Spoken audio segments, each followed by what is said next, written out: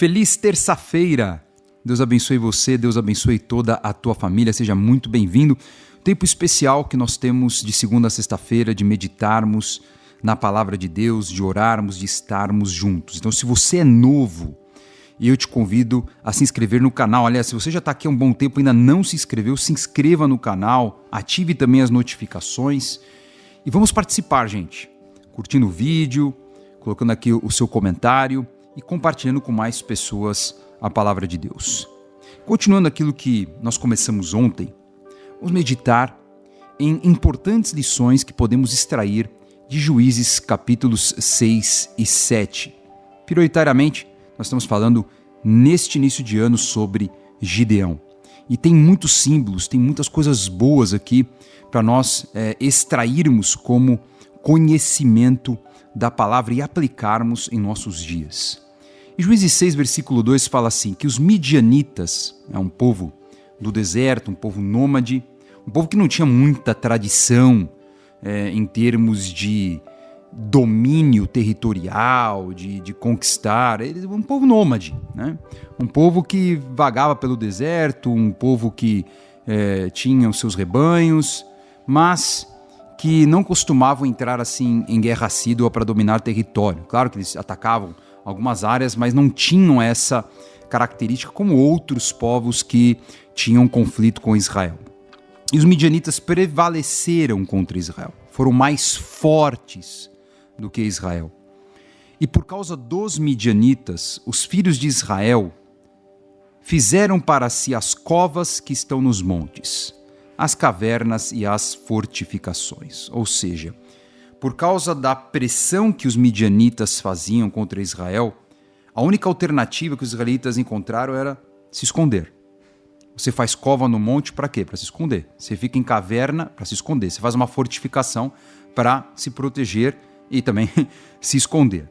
Porque o que acontecia é que quando os israelitas começavam a semear, não apenas os midianitas, mas a Bíblia fala que os amalequitas e outros povos do Oriente atacavam Israel, destruíam os produtos da terra, não deixavam nenhum sustento, levavam Israel a uma situação de grande miséria.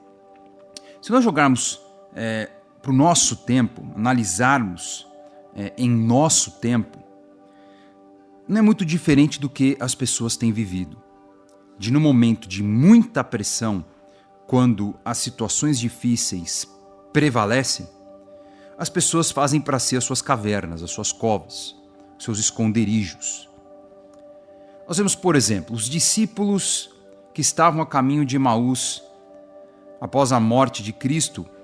Eles têm um encontro com Jesus no caminho, Jesus ressurreto, mas eles estavam indo para Emaús por causa da pressão do momento.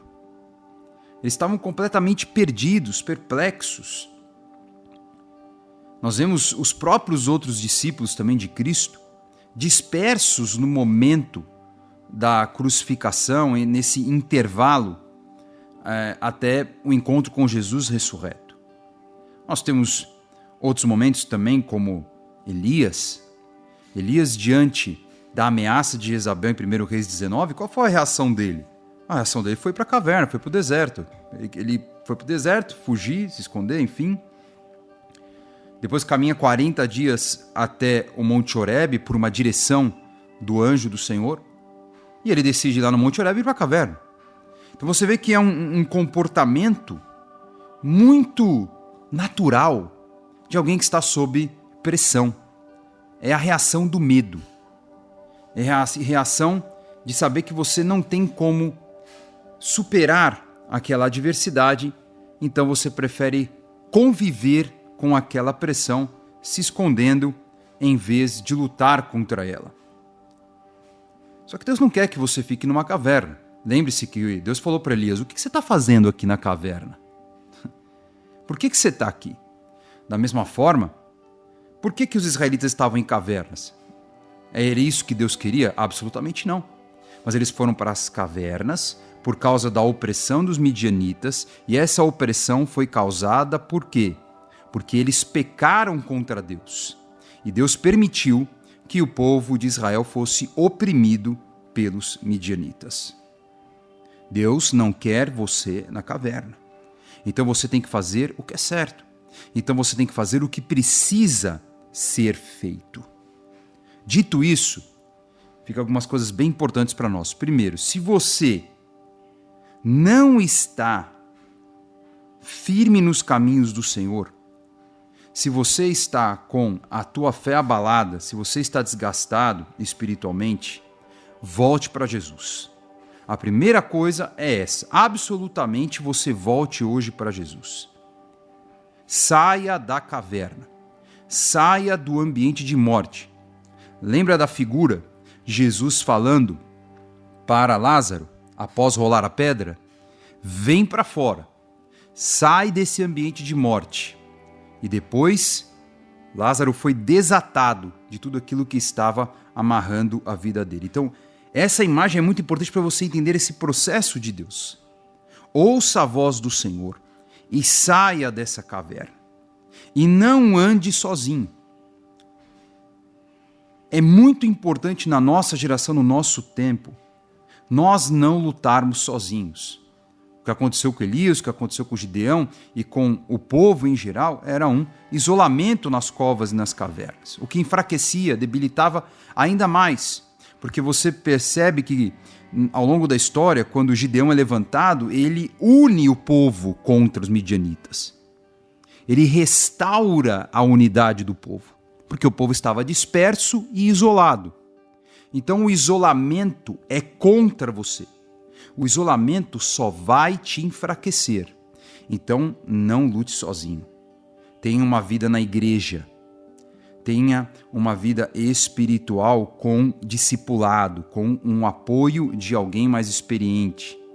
Não ande sozinho. E entenda algo muito interessante nessa história, que o teu posicionamento vai gerar força. O povo de Israel ficava cada vez mais debilitado por falta de um posicionamento espiritual. Depois de 7 anos é que decidem clamar ao Senhor, que é o que nós vamos falar amanhã. Muito tempo. Então posicione-se urgentemente para que as tuas forças sejam renovadas. O Senhor está te chamando hoje para fora da caverna. Amém? Em nome do Senhor Jesus. Senhor Deus e Pai, nós oramos sobre essa palavra e te agradecemos por essa direção tão importante.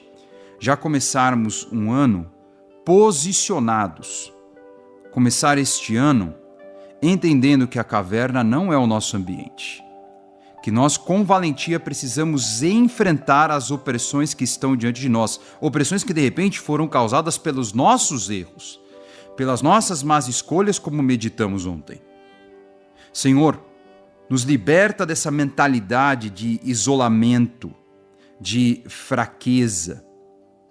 Que nós entendamos que na unidade, no corpo, nós temos força para resistir ao maligno. E depois de ter vencido tudo, permanecermos inabaláveis, porque estamos revestidos do teu poder.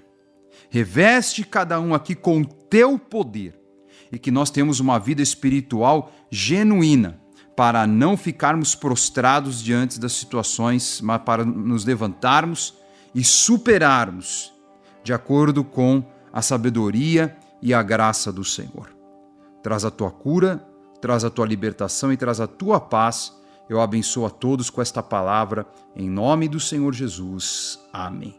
Maravilha! Que você tenha um dia extraordinário, que você tenha paz, que você tenha força. Até amanhã.